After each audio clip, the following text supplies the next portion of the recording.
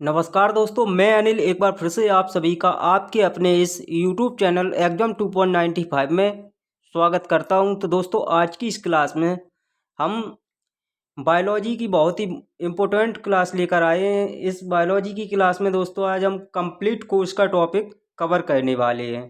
तो दोस्तों, ये क्लास हमारी NCERT बेस्ड रहने वाली है। ये इस क्लास में दोस्तों मैंने प्रीवियस ईयर क्वेश्चन रखे हैं जो कि हमारे आगामी परीक्षा railway, RPF, ALP, NTPC, group D या दोस्तों MTS जो भी दोस्तों 2024-25 में होने वाली परीक्षाएं हैं, उन सभी को ध्यान में रखते हुए प्रीवियस ईयर क्वेश्चन लेकर आया हूँ इस क्लास में।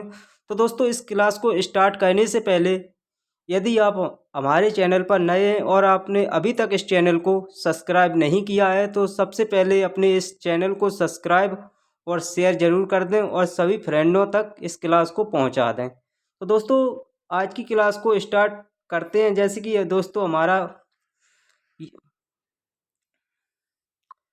जैसे कि हमारा फर्स्ट क्वेश्चन दिया है। सबसे पहले हमारा फर्स्ट क्वेश्चन है कोशिका। कोशिका को अगर हम इंग्लिश में बोलें तो हम क्या कहते हैं? सेल कहते हैं। क्या कहते हैं दोस्तों? सेल। क्लियर? कोशिका को हम सेल कहते हैं। अब दोस्तों अगर हम फर्स्ट क्वेश्चन की बात करें, कोशिका के अध्ययन व विज्ञान को हम क्या कहते हैं? साइटोलॉजी कहा जाता है। क्या कहा जाता है दोस्तों? साइटोलॉजी कहते हैं। नेक्स्ट क्वेश्चन है दोस्तों, कोशिका सिद्धांत का प्रतिपादन। कोशिका सिद्धांत का प्रतिपादन 1838 व 39 ईस्वी में हमारे दो वैज्ञानिक थे, शॉन और स्लाइडोन, इन्होंने किया था। किसने किया था? कोशिका सिद्धांत का प्रतिपादन कब हुआ था दोस्तों? ये 1838 व 39 ईस्वी में शॉन और स्लाइडोन वैज्ञानिक ने किया था। क्लियर? तो नेक्स्ट क्वेश्चन है दोस्तों, कोशिका मात्र एक ऐसा संग्रह क्षेत्र है जो कोशिका झिल्ली द्वारा प्रोटोप्लाज्म के चारों ओर से घेरे रहता है। क्लियर? नेक्स्ट क्वेश्चन है दोस्तों, नेक्स्ट हमारा क्वेश्चन है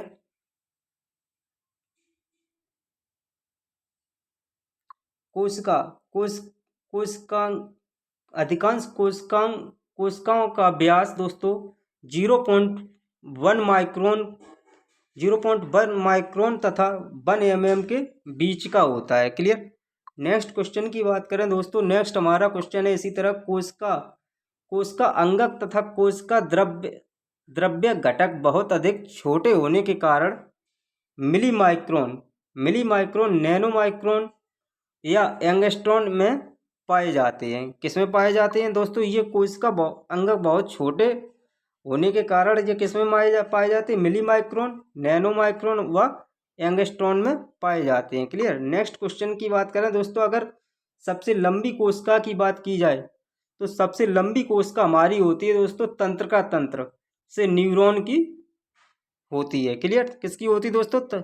सबसे लंबी कोशिका किसकी होती है? तंत्रिका तंत्र की होती है। क्लियर? अगर यहीं पर हम बात करें सबसे बड़ी कोशिका की तो दोस्तों ये हमारी होती है शुतुरमुर्ग के पक्षी के अंडे की सबसे बड़ी कोशिका होती है। क्लियर? नेक्स्ट है क्वेश्चन हमारा, समस्त पौधों एवं प्राणियों की कोशिकाओं में ही नहीं अपितु एक ही पौधे या प्राणी के विभिन्न भागों में पाई जाने वाली कोशिकाओं के आकार व अंकुरित में भी अंतर होता है। क्लियर? आकृति किसमें होता है दोस्तों? एक बार ये क्वेश्चन दोबारा देखते हैं, समस्त पौधे एवं प्राणियों की कोशिकाओं में ही नहीं अपितु एक ही पौधे या प्राणी के विभिन्न भागों में पाई जाने वाली कोशिकाओं के आकार व आकृति में भी एक अंतर होता है। क्लियर? नेक्स्ट हमारा ये क्वेश्चन है दोस्तों, कोशिकाएं हमारी कैसी होती हैं? अगर बात करें दोस्तों तो कोशिकाएं गोलाकार, वृत्ताकार, अंडाकार या लंबाकार या घनाकार, बेलनाकार और इसमें दिया है नालाकार या बहुभुज, चपटी, फीते के समान अथवा ये होती हैं दोस्तों तस्तरी नुमा की होती हैं। कोशिकाओं का दोस्तों कोई हमारा आकार नहीं होता है। क्लियर? दोस्तों, आज की ये क्लास बहुत ही इंटरेस्टिंग रहने वाली है। इस क्लास को बिल्कुल भी स्किप ना करें। आज की इस क्लास में हम कंप्लीट कोर्स का टॉपिक कवर करने वाले हैं और इस क्लास को सभी फ्रेंडों तक शेयर कर दें। कोशिकाओं की नेक्स्ट है क्वेश्चन, कोशिकाओं की संख्या जीवों के आकार पर निर्भर करती है। यह छोटे जीवों में कम होती है एवं बड़े जीवों में इनकी संख्या अनगिनत होती है। जैसे कि सबसे बड़े जीव हमारे हाथी हुए, व्हेल हुए इत्यादि, इनमें अनगिनत की होती है। और अगर हम मनुष्य की बात करें दोस्तों, मनुष्य में अनुमानतः कोशिकाओं की संख्या 10⁻40 यानी कि 1000 खरब के करीब होती है। क्लियर। नेक्स्ट अब हमारी हेडिंग रहने वाली है दोस्तों आज की इस क्लास को कॉपी पेन पेपर लेकर बैठ जाएं। एक एक क्वेश्चन एनसीईआरटी बेस से रहने वाला है। एक एक क्वेश्चन आप अपने कॉपी व पेन पर नोट करते जाएं। नेक्स्ट हमारी हेडिंग है दोस्तों कोशिकाओं की संरचना, जैसे इंग्लिश में बोले सेल स्ट्रक्चर। नेक्स्ट इस क्वेश्चन की अगर बात करें दोस्तों तो कोश का शरीर संरचना की सूक्ष्मतम इकाई होती है। कोश का शरीर की संरचना की कैसी इकाई होती है? सूक्ष्मतम इकाई की होती है। क्लियर। नेक्स्ट क्वेश्चन, प्राणी एवं वनस्पति की संरचना कोशिकाओं से ही हुई है। प्राणी एवं वनस्पति की रचना की बात करें तो कोशिकाओं से ही हुई है। क्लियर। नेक्स्ट क्वेश्चन हमारा, कोशिकाओं के मध्य भाग को नाभिक कहा जाता है। क्वेश्चन है कोशिका के मध्य भाग को क्या कहा जाता है दोस्तों? तो ये कहा जाता है नाभिक कहा जाता है। नेक्स्ट है वनस्पतियों एवं प्राणियों की कोशिकाएं किसकी बनी होती हैं? तो ये बनी होती हैं दोस्तों सेल्यूलोज की बनी होती हैं। नेक्स्ट है क्वेश्चन, प्राणियों की कोशिकाएं भिन्न भिन्न आकार की होती हैं क्योंकि इनकी झिल्ली निश्चित आकार की होती है। क्लियर। नेक्स्ट है क्वेश्चन, कोशिका द्रव्य में प्रोटीन को वसा और कार्बोहाइड्रेट जैसे कार्बनिक पदार्थ, जल तथा अकार्बनिक लवण भी रहते हैं। नेक्स्ट है कोशिकाओं के प्राणमूलक गुण प्रोटीन पर निर्भर करते हैं। क्वेश्चन क्या है दोस्तों? कोशिकाओं के प्राणमूलक गुण किस पर निर्भर करते हैं? ये करते हैं दोस्तों प्रोटीन पर निर्भर करते हैं। नेक्स्ट है कोशिकाओं में ऊर्जा का मुख्य स्रोत क्या होता है? तो ये होता है दोस्तों कार्बोहाइड्रेट होता है। कोशिकाओं में ऊर्जा का मुख्य स्रोत क्या होता है? कार्बोहाइड्रेट होता है। नेक्स्ट है क्वेश्चन, आगे चलते फ्रेंड। नेक्स्ट है जीव द्रव्य, जिसे बोलते हैं दोस्तों प्रोटोप्लाज्म। तो ये है दोस्तों सभी जीवधारियों का शरीर जीव द्रव्य से ही बनी इकाइयों का समूह है। किसका समूह है? सभी जीवधारियों का शरीर किसका बना है दोस्तों? जीव द्रव्य से बनी इकाइयों का समूह है। क्लियर। नेक्स्ट क्वेश्चन, रासायनिक दृष्टि से जीव द्रव्य कार्बनिक एवं अकार्बनिक पदार्थों का एक जटिल मिश्रण है। नेक्स्ट है जीव द्रव्य में जल सबसे अधिक मात्रा में उपस्थित होता है। यह जलीय पौधों में 95% तक होता है। नेक्स्ट है दोस्तों क्वेश्चन हमारा, कार्बोहाइड्रेट दोस्तों जीव द्रव्य का आवश्यक भाग है जो सभी जीवों द्वारा ईंधन के रूप में उपयोग में लाए जाते हैं। नेक्स्ट है प्रोटीन जीव द्रव्य के अधिक जटिल एवं सर्वाधिक महत्वपूर्ण कार्बनिक यौगिक हैं जो जीव द्रव्य के भार का लगभग 10 से 20% होते हैं। क्लियर। नेक्स्ट है क्वेश्चन दोस्तों, अगर हम बात करें जीव द्रव्य कैसे होते हैं दोस्तों? जीव द्रव्य रंगहीन, इनके जिनका कोई रंग नहीं होता है, रंगहीन, परभासी, चमकदार, जेली की तरह अर्ध तरल होते हैं। क्लियर। नेक्स्ट है क्वेश्चन, आगे चलते फ्रेंड। नेक्स्ट है जीव द्रव्य की बात करें दोस्तों तो जीव द्रव्य 0-16 डिग्री तक जीवित रह सकता है, पर अधिक तापक्रम पर यह विघटित हो जाता है तथा जैविक लक्षण विहीन मृत हो जाता है, यानी कि खत्म हो जाता है। क्लियर। नेक्स्ट अब है दोस्तों हमारी हेडिंग,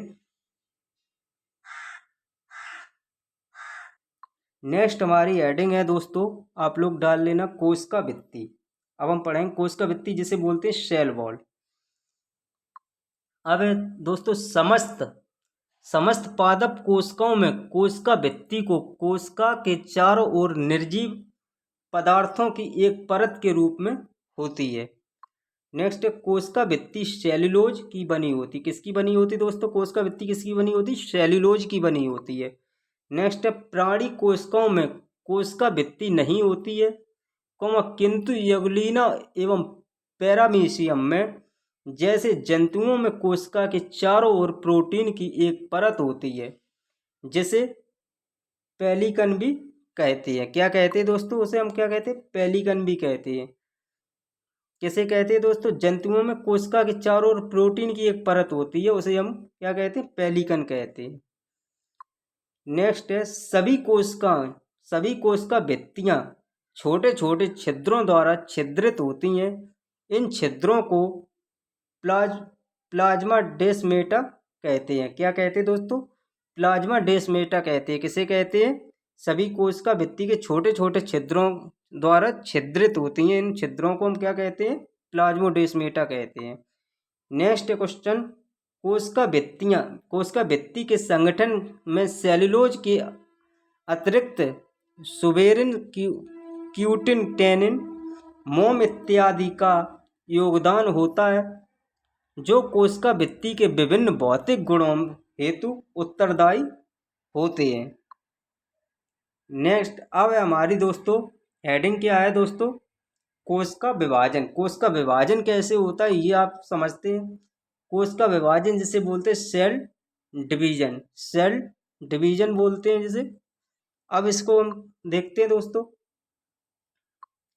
समस्त जीवों में कोशिका विभाजन की क्रिया में एक निश्चित समानता होती है तथा इस क्रिया में होने वाली मुख्य घटनाएं केवल केंद्रक में ही सीमित रहती हैं। अब है दोस्तों क्वेश्चन, कोशिका विभाजन के पश्चात मृत कोशिका से संतति कोशिकाओं का निर्माण होता है। किसका निर्माण होता है दोस्तों? कोशिका विभाजन के पश्चात मृत कोशिका से संतति कोशिकाओं का निर्माण होता है। नेक्स्ट है कोशिका विभाजन से जीवों में प्रजनन एवं वृद्धि होती है। जीवों में प्रजनन व वृद्धि किससे होती है दोस्तों? कोशिका विभाजन से होती है। नेक्स्ट कोशिका विभाजन 3 प्रकार के होते हैं। हमारे कोशिका विभाजन कितने प्रकार के होते हैं दोस्तों? तो 3 प्रकार के होते हैं। एक होता है समसूत्री कोशिका विभाजन, और दूसरा होता है अर्धसूत्री कोशिका विभाजन, और तीसरा होता है दोस्तों असूत्री कोशिका विभाजन होता है। क्लियर? इस हिसाब से दोस्तों कोशिका विभाजन भी क्लियर हो चुका। अब है दोस्तों हमारी हेडिंग कोशिका के अंग।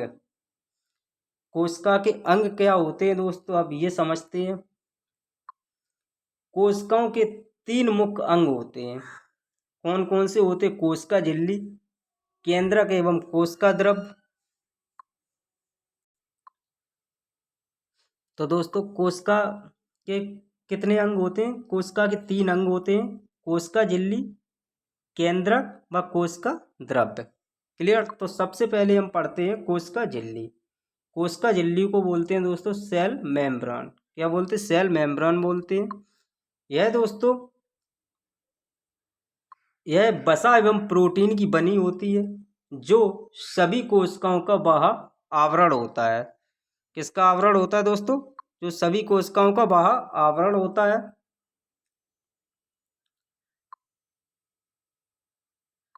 नेक्स्ट है यह एक अर्धपारगम झिल्ली होती है। कैसी होती है ये झिल्ली? यह एक अर्धपारगम झिल्ली होती है जिसका प्रमुख कार्य कोशिका और उसके बाहर के माध्यम के बीच आवरणिक गतिविधि को नियंत्रित करना होता है। क्लियर? ये दोस्तों कोशिका भित्ति निर्जीव पदार्थों की बनी होती है। कोशिका भित्ति दोस्तों किसकी बनी होती है? कोशिका भित्ति हमारी निर्जीव पदार्थों की बनी होती है, जो केवल पादप कोशिकाओं में पाई जाती है। कोशिका भित्ति दोस्तों हमारी निर्जीव पदार्थों की बनी होती है, और वो किस में पाई जाती है? वो पाई जाती है दोस्तों केवल पादप कोशिकाओं में पाई जाती है। क्लियर? नेक्स्ट है क्वेश्चन, जीवाणुओं एवं कवकों की कोशिका भित्ति कार्बोहाइड्रेट की बनी होती है। अगर क्वेश्चन आए जीवाणुओं व कवकों की कोशिका भित्ति किसकी बनी होती है, तो वो बनी होती है दोस्तों कार्बोहाइड्रेट की बनी होती है। जबकि शैवालों एवं हरे पौधों की भित्ति किसकी बनी होती है? सेल्यूलोज की बनी होती है। बहुत मोस्ट इम्पोर्टेंट क्वेश्चन है। अब है दोस्तों हमारी हेडिंग केंद्रक। कोशिका झिल्ली कवर हो गई। अब दोस्तों हमारी हेडिंग क्या है? केंद्रक। केंद्रक की दोस्तों हम बात करें, जिसे हम इंग्लिश में न्यूक्लियस बोलते हैं। क्या बोलते हैं दोस्तों? न्यूक्लियस बोलते हैं, न्यूक्लियस। अब हम दोस्तों केंद्रक कोशिका की समस्त जैव क्रियाओं का नियमन कहलाता है। केंद्रक कोशिकाओं की समस्त जैव क्रियाओं का क्या कहलाता है? नियमन कहलाता है। नेक्स्ट है क्वेश्चन दोस्तों, सभी यूकेरियोटिक कोशिकाओं में सामान्यतः एक केंद्रक होता है। नेक्स्ट है प्रोटोजोआ। प्रोटोजोआ प्राणियों तथा शैवालों व कवकों की कुल जातियों में एक से अधिक केंद्रक होते हैं। किसमें होते हैं दोस्तों? प्रोटोजोआ प्राणियों तथा शैवालों व कवकों की कुछ जातियों में एक से अधिक केंद्रक होते हैं। क्लियर? केंद्रक दोस्तों गोलाकार, अंडाकार, चपटे आदि विभिन्न आकृति के होते हैं। नेक्स्ट, केंद्रक का आकार कोशिका के प्रकार एवं केंद्रक के कार्य पर निर्भर करता है। नेक्स्ट, शुष्क भार के आधार पर केंद्रक में प्रोटीन दोस्तों 70% और फास्फोलिपिड की बात करें 3.5% और डीएनए की बात करें दोस्तों 10% और तथा आरएनए की बात करें दोस्तों 2.3% पाए जाते हैं। डीएनए दोस्तों डीऑक्सी न्यूक्लिक एसिड और तथा दोस्तों आरएनए का full form ribo nucleic acid अम्ल होता है। क्लियर? नेक्स्ट क्वेश्चन है दोस्तों, केंद्रक के चारों ओर एक महीन कला होती है जिसे केंद्रक कला न्यूक्लियर मेम्ब्रेन कहते हैं। क्लियर? केंद्रक के चारों एक महीन कला होती है जिसे केंद्रक कला कहते हैं दोस्तों। नेक्स्ट क्वेश्चन है, केंद्रक कला के अंदर केंद्रक में एक पारदर्शी अर्ध तरल व कणिकीय मैट्रिक्स होता है जिसे केंद्रक द्रव्य या केंद्रक रस कहते हैं। क्लियर? आगे चलते फ्रेंड। नेक्स्ट हमारा क्वेश्चन है, क्रोमेटिन केंद्रक का सबसे महत्वपूर्ण भाग है। यह धागों के रूप में एक दूसरे के ऊपर फैलकर एक जाल सा बनता है। क्लियर? नेक्स्ट दोस्तों, कोशिका विभाजन के समय ये धागे सिकुड़कर छोटे व मोटे हो जाते हैं जिन्हें गुणसूत्र कहते हैं। अगर क्वेश्चन आए दोस्तों गुणसूत्र किसे कहते हैं, तो दोस्तों कोशिका विभाजन के समय ये धागे सिकुड़कर छोटे व मोटे हो जाते हैं जिन्हें हम गुणसूत्र कहते हैं। क्लियर? नेक्स्ट है क्वेश्चन,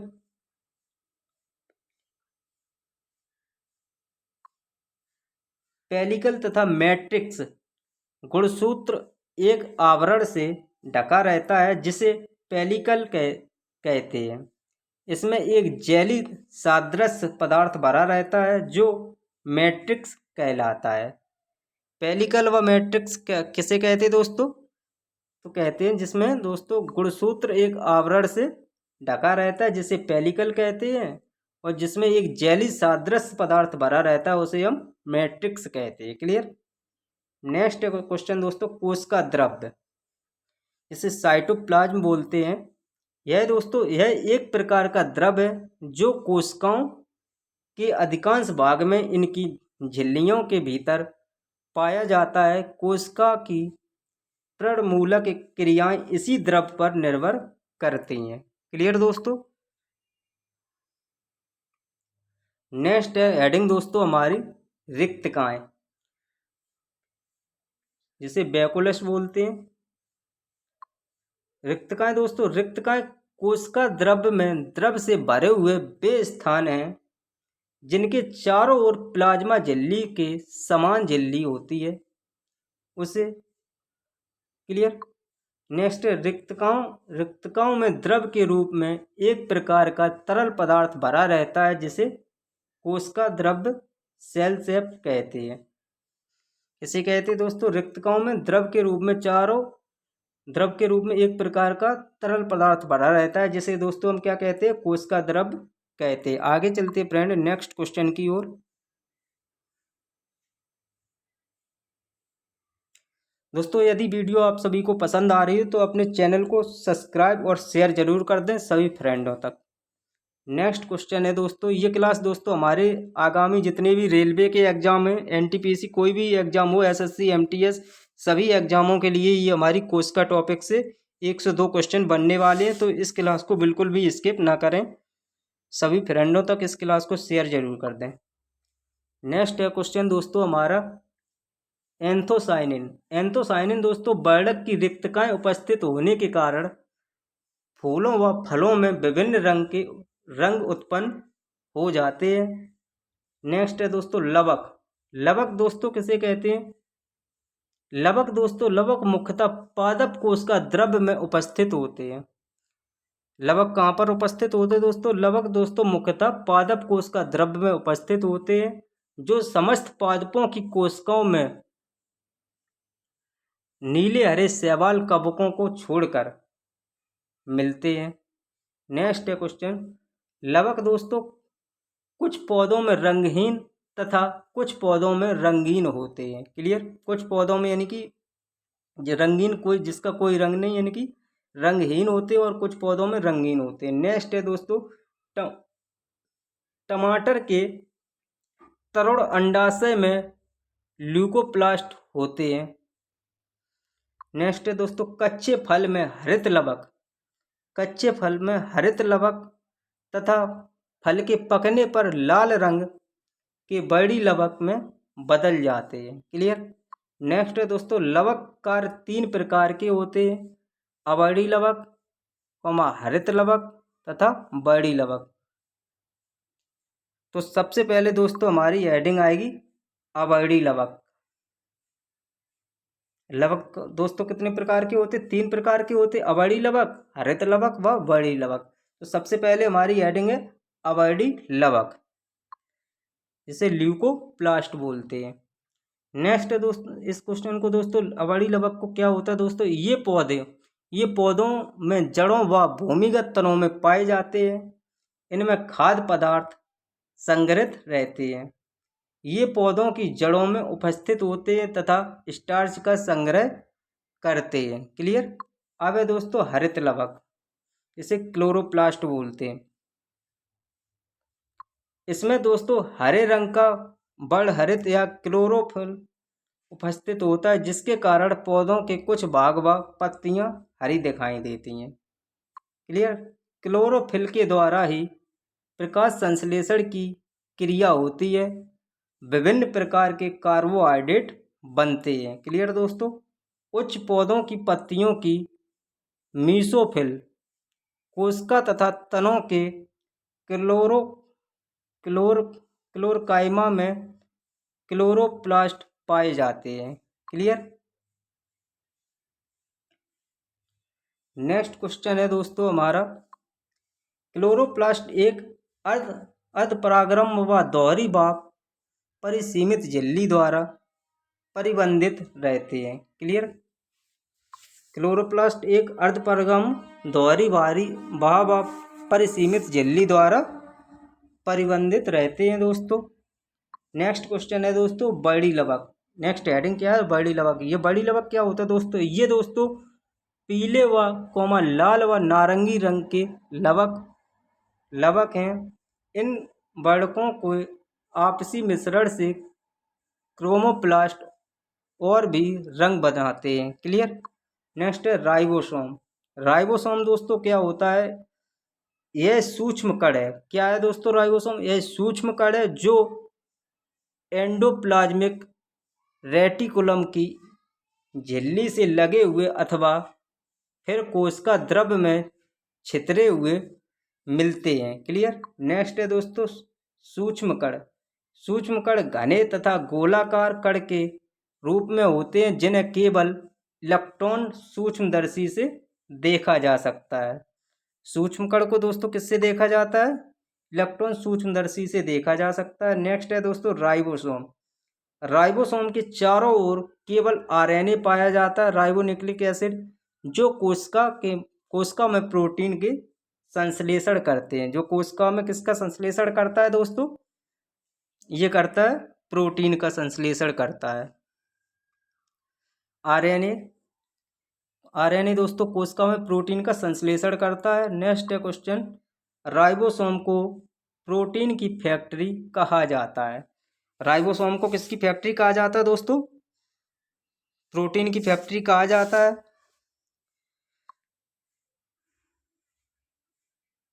नेक्स्ट है दोस्तों क्वेश्चन, राइबोसोम के बंधक के लिए मैग्नीशियम आवश्यक होता है। राइबोसोम के बंधक के लिए क्या आवश्यक होता है दोस्तों? मैग्नीशियम आवश्यक होता है। प्रत्येक कोशिका में हजारों राइबोसोम होते हैं। प्रत्येक कोशिका में हजारों राइबोसोम होते हैं जो मूलतः प्रोटीन संश्लेषण होते हैं। नेक्स्ट है लाइसोसोम। लाइसोसोम दोस्तों सभी यूकेरियोटिक कोशिकाओं में लाइसोसोम्स स्थित होते हैं, किंतु प्राणी कोशिकाओं में ये अधिक संख्या में मिलते हैं। नेक्स्ट है दोस्तों, प्रत्येक लाइसोसोम के द्रव्य में कई प्रकार के अपघटक या हाइड्रोलाइटिक एंजाइम होते हैं जो वसा, कार्बोहाइड्रेट व प्रोटीन इत्यादि के अपघटक पाचन में भाग लेते हैं। क्लियर। नेक्स्ट है दोस्तों हेडिंग हमारी कार्बोहाइड्रेट। कार्बोहाइड्रेट क्या होता है दोस्तों? ये कार्बोहाइड्रेट व ऑक्सीजन के वे यौगिक हैं जिनमें हाइड्रोजन व ऑक्सीजन का अनुपात 2:1 होता है। क्लियर। आगे चलते फ्रेंड नेक्स्ट क्वेश्चन की ओर। नेक्स्ट है दोस्तों महत्वपूर्ण क्षारक। महत्वपूर्ण क्षारक देख लेते हैं। ये दोस्तों है एट्रोपिन। एट्रोपिन दोस्तों किसमें पाया जाता है? ये दोस्तों पाया जाता है एट्रोपा बेलेडोना के बीज में पाया जाता है। एट्रोपिन किसमें पाया जाता है? एट्रोपा बेलोडन के बीज में पाया जाता है। नेक्स्ट है दोस्तों कैफीन। कैफीन किसमें पाया जाता है? ये पाया जाता है दोस्तों कॉफ़ी के फलों में पाया जाता है। नेक्स्ट है कोकेन। कोकेन दोस्तों पाया जाता है एरिथ्रोजाइलोन में पाया जाता है। नेक्स्ट है निकोटीन। निकोटीन दोस्तों पाया जाता है तंबाकू में। क्लियर। नेक्स्ट है दोस्तों कुनैन। कुनैन किस में पाया जाता है? ये पाया जाता है दोस्तों सिनकोना की छाल में पाया जाता है। आगे चलते फ्रेंड नेक्स्ट क्वेश्चन है दोस्तों, कार्बोहाइड्रेट प्राकृतिक में विस्तृत रूप से पाए जाते हैं। पौधों में लगभग 15% व जंतुओं में दोस्तों 1% कार्बोहाइड्रेट होता है। क्लियर। नेक्स्ट है क्वेश्चन दोस्तों, कार्बोहाइड्रेट के ऑक्सीकरण के फलस्वरूप ऊर्जा उत्पन्न होती है। कार्बोहाइड्रेट के ऑक्सीकरण के फलस्वरूप क्या उत्पन्न होती है? ऊर्जा उत्पन्न होती है दोस्तों। नेक्स्ट है हमारा क्वेश्चन, नेक्स्ट क्वेश्चन है दोस्तों, ग्लूकोज व फ्रक्टोज पौधों में सामान्य रूप से पाई जाती है। ग्लूकोज व फ्रक्टोज पौधों में सामान्य रूप से पाई जाती है, जिनका रासायनिक सूत्र क्या होता है दोस्तों? जिसका रासायनिक सूत्र की बात करें तो C6H12O6 होता है। क्या सूत्र होता है दोस्तों? C6H12O6 होता है। क्लियर। नेक्स्ट है दोस्तों ग्लूकोज। ग्लूकोज दोस्तों सामान्य रूप से मीठे फलों में पाया जाता है। ये अंगूर में 50% तक होता है। क्लियर। यह अंगूर में कितने परसेंट तक होता है? 50% तक होता है दोस्तों। नेक्स्ट ये क्वेश्चन है दोस्तों, थोड़ा बिलर है दोस्तों, फिर भी मैं आपको बता देता हूँ दोस्तों। गन्ने व चुकंदर में पाई जाने वाली सामान्य डाइसैकेराइड शर्करा व सुक्रोज, जिसका रासायनिक सूत्र दोस्तों, अगर इसकी रासायनिक सूत्र की बात करें तो दोस्तों इसका रासायनिक सूत्र होता है C12H12O11। इसका दोस्तों O11 इसका रासायनिक सूत्र होता है। गन्ने में दोस्तों, गन्ने में यह 10 से 15% होता है। क्लियर। तो दोस्तों आज की इस क्लास में मैंने आप सभी लोगों को कोशिका का कंप्लीट टॉपिक कवर करा दिया है। इस क्लास से दोस्तों कोई सा भी एग्जाम हो, रेलवे, एनटीपीसी, आरपीएफ, जितने भी एएलपी, कोई सा भी दोस्तों एग्जाम हो जिसमें बायोलॉजी आती है, इस कोशिका टॉपिक से दोस्तों 1 से 2 क्वेश्चन हर बार एग्जाम में पूछ लिए जाते हैं। इसी एग्जाम को ध्यान में रखते हुए मैंने ये क्लास आज की कंप्लीट आप सभी लोगों को कोशिका टॉपिक की कवर करा दी है। दोस्तों यदि आप सभी लोगों को ये क्लास अच्छी लगी हो तो अपने चैनल को सपोर्ट करें। सबसे पहले अपने चैनल को सब्सक्राइब कर लें और सभी फ्रेंडों तक इस क्लास को शेयर ज़रूर कर दें। तब तक के लिए मिलते हैं दोस्तों, इसी तरह के नेक्स्ट टॉपिक में फिर मिलेंगे दोस्तों बायोलॉजी के में। तब तक के लिए जय हिंद, थैंक यू।